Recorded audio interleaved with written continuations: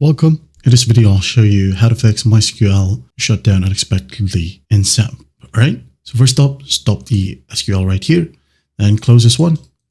Okay, now go ahead and go to your File Explorer, open up the XAMPP folder, double click, and here open up MySQL.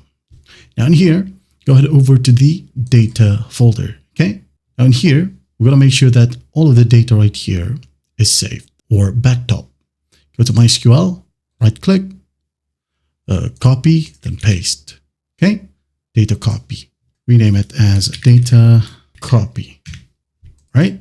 Once that's done, go back to data, double click, delete these folders. Okay, I know you have plenty of folders right there.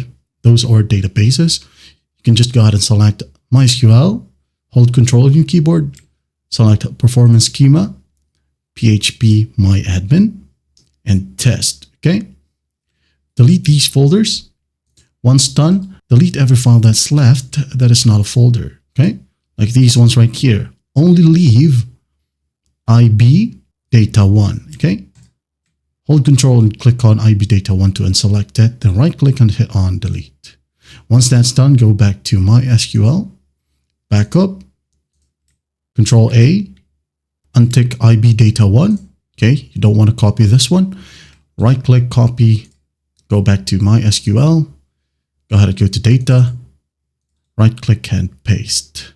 Okay, that's basically it. You can now go ahead and check it out if it helps. If that will work, go ahead and go to your task manager, right click on a blank space right here, your taskbar, task manager. Now this one will open. Go ahead and find MySQL.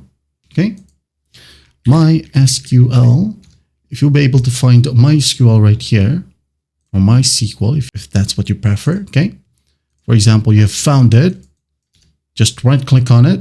Okay, for example, this one is MySQL, right click. If there's an option to kill the service, just click on kill. If end task is only the option, just click on end task. Once done, launch it again and everything should work perfectly fine now. That is it. Well, I hope this video helps and I'll see you in the next one.